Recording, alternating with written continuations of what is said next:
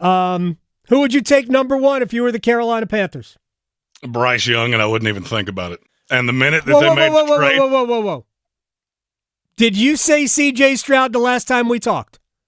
I thought they were going to take C.J. Oh, okay. I just want to see. All right. For me, it's and that's Bryce okay Young. Either way. He's got the better tape, and then I always get nervous when the week of the draft you start hearing all of these negative things about guys, right? Because it means that teams are floating them kind of to position their fan base of, we're not going to take this guy. Right. Indianapolis is who I think is doing a lot of this because they want Will Levis. There's nothing negative about Bryce Young other than he's too small. Right. And in the league now, I'm just not sure that I care.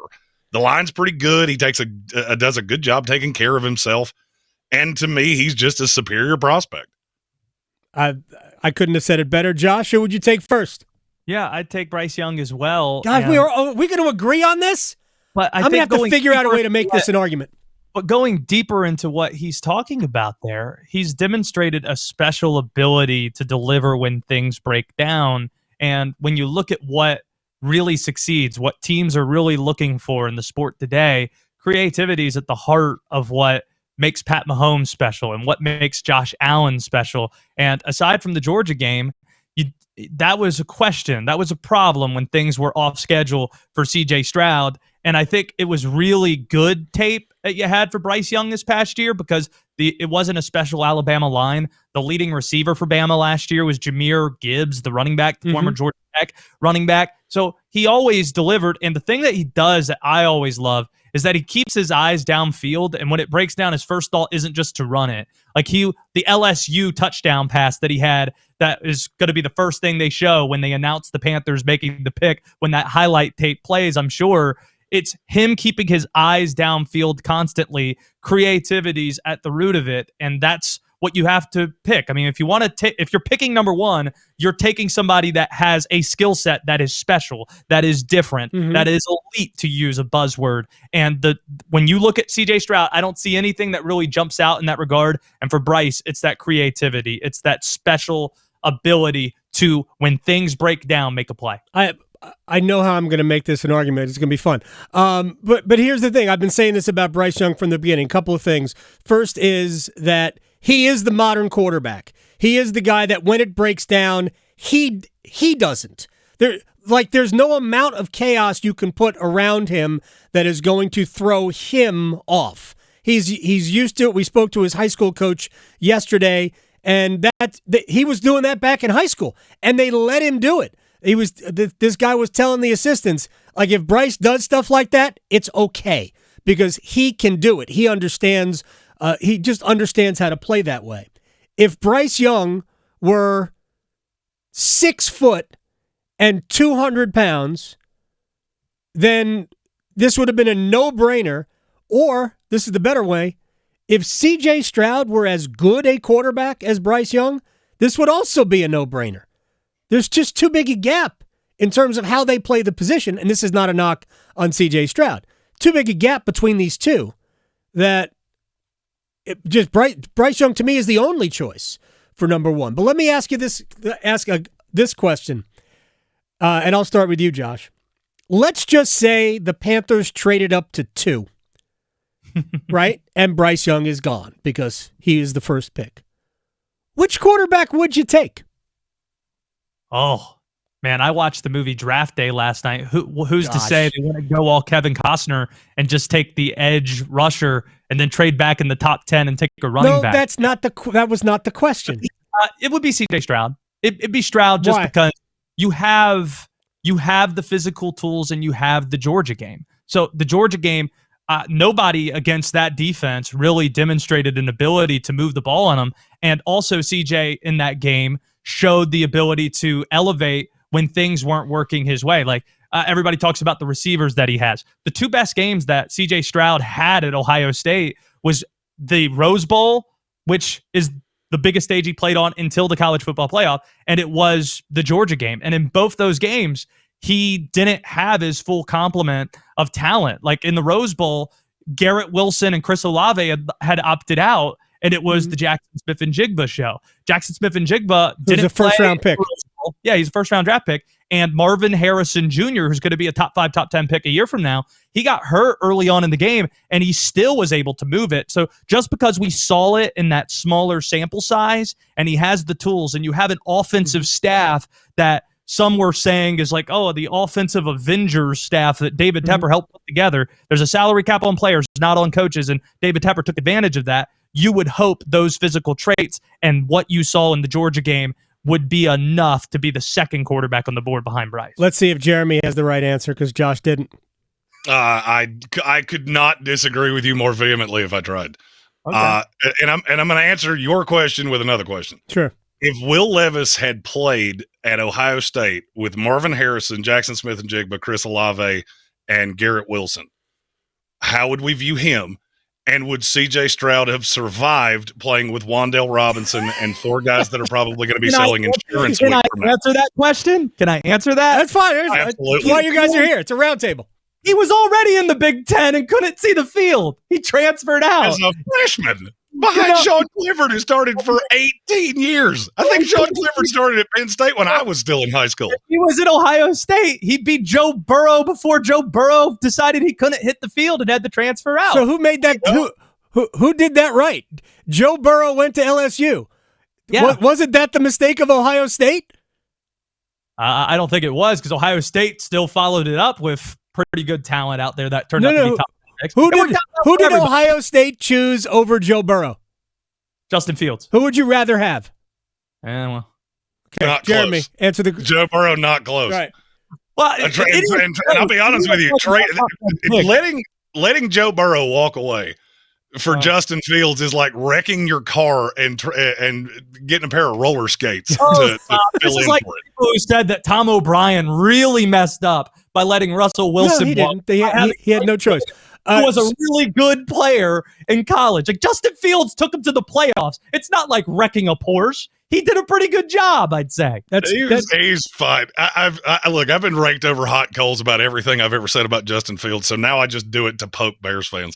Gotcha. I think if Bryce Young were 3 inches taller, the Bears might keep the pick. They would have kept the pick, and the Panthers would not be on the clock. All right. So your answer is Jeremy. Your answer is Will Levis, right? Your answer is Will Levis. Oh, no doubt. Okay. Will Levis is my 2. Okay. So you guys both got it wrong.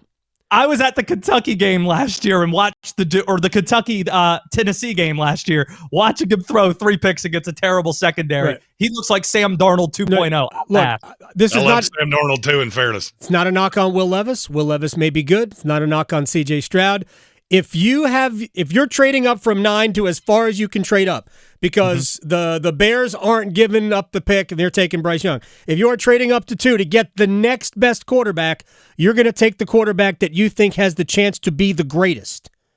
And there is nobody even Bryce Young, who can touch Anthony Richardson's ceiling if he hits. I know it's a long shot because there are a lot of moving parts with Anthony Richardson, but that guy, if he hits, is going to blow all the other 3 out of the water.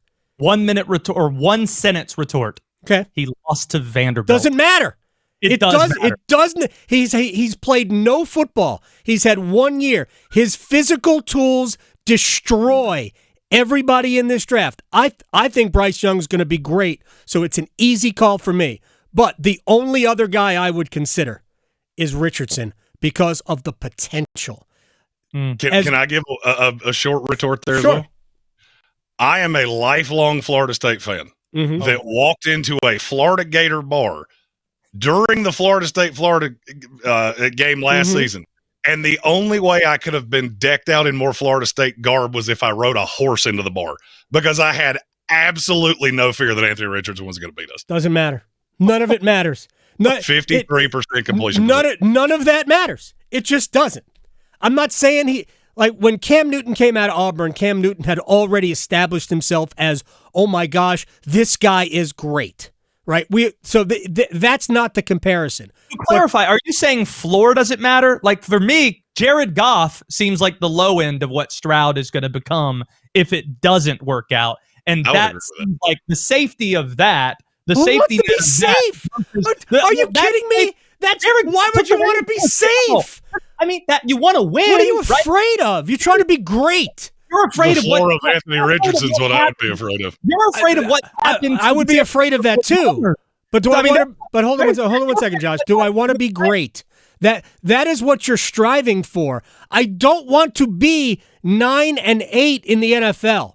I want to be great. There's a reason why in the NBA draft, right? There's a reason why everybody is looking for the next great thing, as opposed to, well, because if you were just looking for somebody who was safe, you would take somebody like who you could get at number 21 because, well, he's a little older player. He knows who he is. I think we can plug him in. He can help us right now. That ain't what they look for.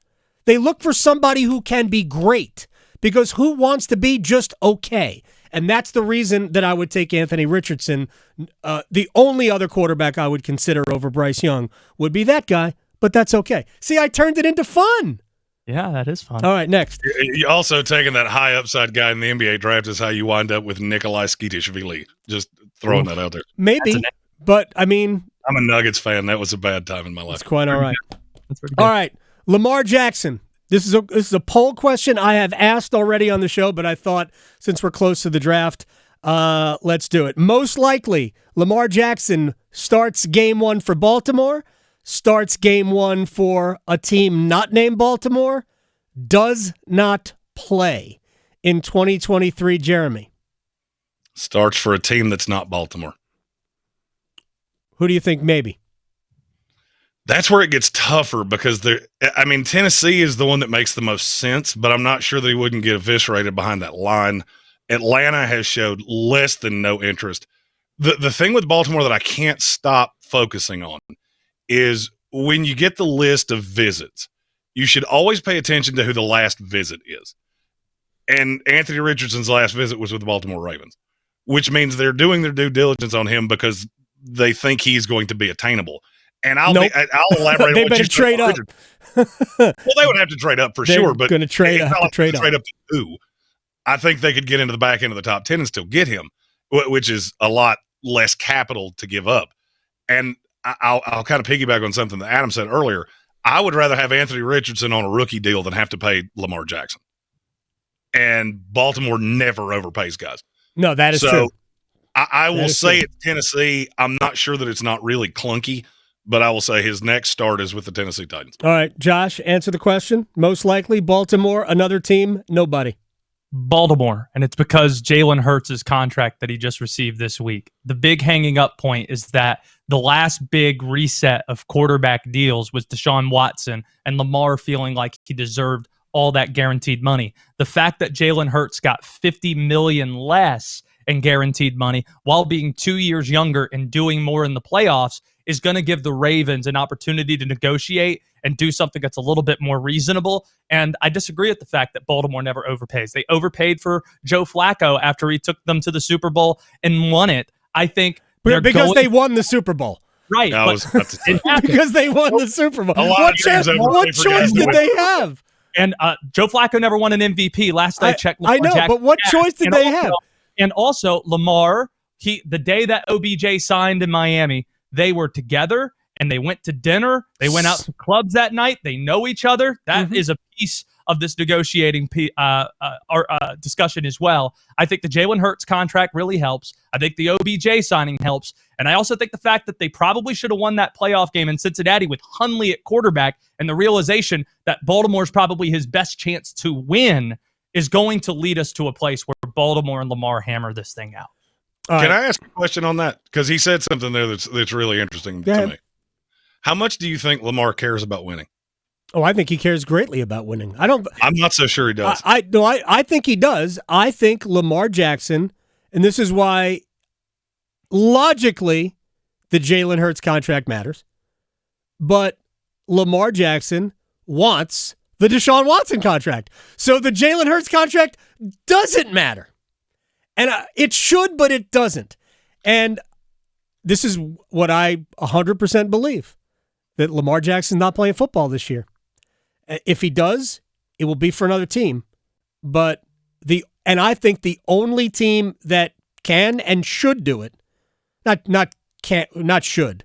I think there are a lot of teams that should. I think Houston. If I'm Houston, I'll make that deal. I'll give myself immediate credibility by putting Lamar Jackson on the field. How about that? With a new coach. Unplanned, last 2 questions, 3 possible answers, 3 different choices selected. How about that? By Jeremy, yourself, and myself. All right, next topic. Josh, you're up for, and then I guess the last question, if we have time for, is really kind of a softball to Jeremy. What are your thoughts on the NCAA, whatever committee it is that is going to do this, saying, yeah, we're going to let the clocks run after first downs? Aside from the final 2 minutes of each half, that's going to happen. Urgency matters. When these games are getting way too long, from a television perspective, 3.5, 4 hours long, we're seeing a great effect. We're seeing a great effect on baseball, how they sped things up with the pitch clock. I think it's going to be received positively, speeding up these games a little bit. But I'm going to focus more on the health element of this, where everybody's talking about, well, how does this, the schedule the being health expanded. Element. Yes, the season's being expanded to a 12-team playoff starting next year. So why even bring up health? Well, because why even bring up health? I'm telling you why. Can we stop pretending that there's any health issue here? No. I'm saying they don't care. They are. Yes, they do. The people on the committee are talking about. No. Please, Josh, I'm begging you. You. Don't fall for it. Anytime they tell you it's a health issue, laugh. It's not a health issue. Well, then let me argue for it. 21. Why? They're lying to you. If they cared about the health of the players, we wouldn't have a 12-game regular season, plus a conference championship game, plus a 12-team playoff. We just wouldn't. We wouldn't have Thursday games. We wouldn't be playing Tuesdays and Wednesdays. What are we doing? And let's just say it was an unintended positive health impact. The fact that you limit games, they're averaging that this would affect a game being 20 snaps shorter than what we've seen with the clock being stopped after first downs. Conference commissioners are just writing down. Let's get on Josh Graham's show in Sports Hub Triad, because he will carry our water about this being a health issue. How can you argue that this is not? Because they don't care. Every single day they prove to you they don't care. So stop carrying their water. Stop carrying their water. See, just because you're arguing intention, I'm arguing what it actually does that I think is a positive thing. If you have 21 fewer snaps a game and it's extrapolated across an entire season, that actually is a good thing, players playing fewer snaps. So you're asking me if I like it. It's something that I like because of this, even if it's something they didn't intend to do at all. Way to back your way out of that. Jeremy, do you like why don't they just time it like the NFL? I will say that there was definitely no intent to make this healthier, because the NCAA is basically just Ebenezer Scrooge and Mr. Burns from The Simpsons and every evil wealthy guy you've ever thought of that's just trying to find new ways to make money. Now, from the football perspective, it never made a whole lot of sense to me that the clock stopped on a first down anyway. So I think that's going to make it more watchable. It's going to make the clock make more sense. And we have to build in the 17 replay stops that we have in every game. Gotta fix that. I'm really glad now we don't at least stop the clock and have to look at every play on replay for 2.5 minutes. All right, we're way over time, so we're going to make this. I need a 15-second answer for both of them. We're saying goodbye. Jeremy Greene, ESPN Asheville, at ESPN Draft Nerd. FSU or Clemson football this year? Florida State. Josh, I'll make it real cut and dry, because to me they're one of the best teams in the country. I do not disagree with you at all.